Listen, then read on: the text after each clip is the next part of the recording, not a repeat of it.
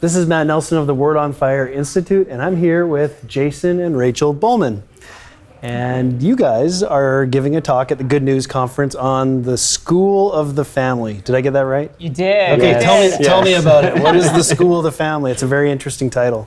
Oh man, so the school has been something that's kind of followed us for a while now, using this language of the school. Because I think, if you think about the school, there are two individuals that are present in a school.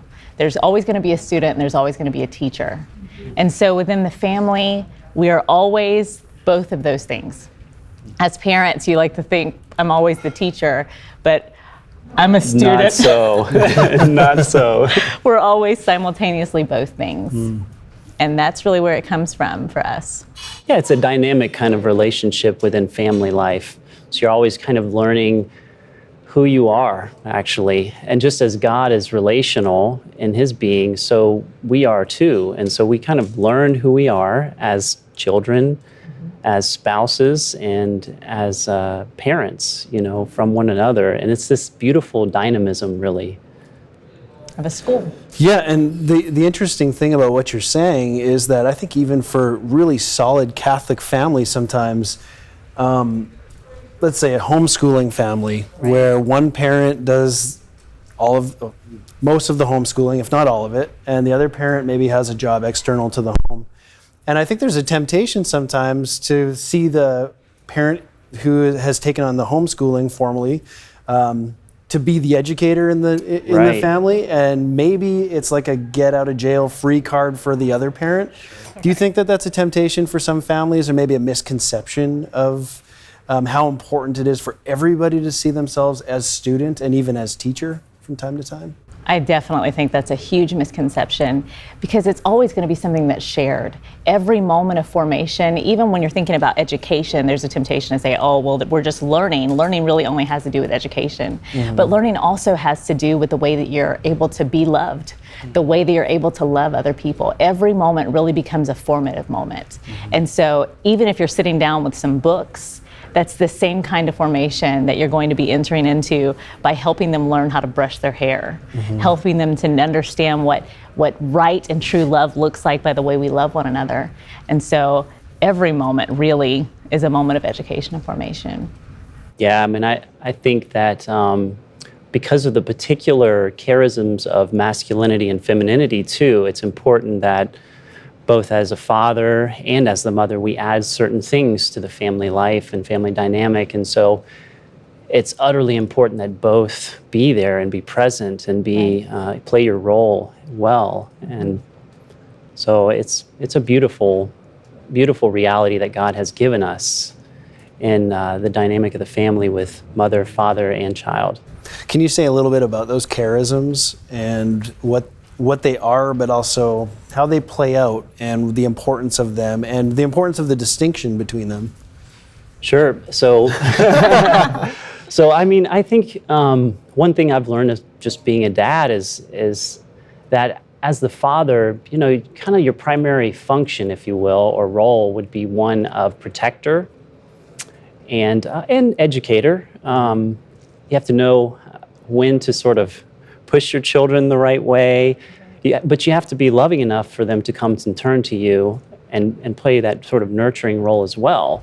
Yeah, and I think that for me as the mother, there's a receptivity that has to happen with everything that the children bring to me, with what he brings to me, that then I can take it into myself and allow it to become life for them.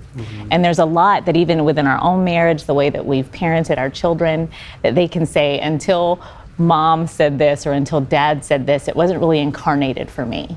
And so there's always this constant reinforcement of their identity as beloved children that takes place in a certain way through his fatherhood and a certain way through my motherhood. But it's always in this constant way within the dynamics of the family. Do you think that there's something kind of written into the nature of men and written into the nature of women that makes them tend towards a certain way of teaching? Sir, I honestly feel like gender is something that is ontological. It's something that, is more than just body. It's a spiritual reality. It's part of our soul. Now, with that said, so what that does is it kind of does away with the typical ways that the world has defined masculinity and femininity. So, just because a guy doesn't like football, actually my wife knows a lot more about football than I do, okay? I don't think that makes you less of a man, you know? But your masculine genius just naturally comes out when you love your child, when you actually care about your son or daughter. It's going to ignite those particular masculine characteristics within your soul to like protect your child or, etc. But then I think also that each person has been given particular gifts, through their baptism, particular graces or aspects of who they are. Rachel has a lot more gifts than me in certain ways. She's able to convey things sometimes to the kids when I can't. So it's hard to pinpoint, particular things, but I think there is something to be said about there is a masculine sort of genius and a feminine genius. Right. Rachel, do you have more gifts than Jason, or do you have different gifts than Jason? I think I have different gifts than Jason. Well, let's talk a little bit about now how we link up the School of the Family with Evangelization. So how do we do good that? Good stuff. One of my favorite things to say is that if you want to evangelize a college campus, take your family. Let them go and see. There's actually a college campus that's very close to our house. And so we'll take the kids out there just to look at architecture, to look at the fountain. And I can't tell you how many of the students will pause just to see that there's a family that loves one another. And that's just a witness in and of itself. Or how many people will approach us at masses at different parishes and they'll say, yeah, I actually saw you. I sat behind you at such and such Sunday and just loved watching your family. Meanwhile, I was like dying inside probably at that mass, thinking that my kids were disruptive and driving everyone nuts. But people around were like, wow, they love each other. And so that's the reality that they saw. And I think just loving one another and being a family, that people know that this reality really does exist. That out of loving one another, we've developed a joy for life, a desire to share it with other people. And the family really is a source of evangelization. Yeah. I remember Father Jacques Philippe, he once said that what's missing most amongst young people nowadays is hope.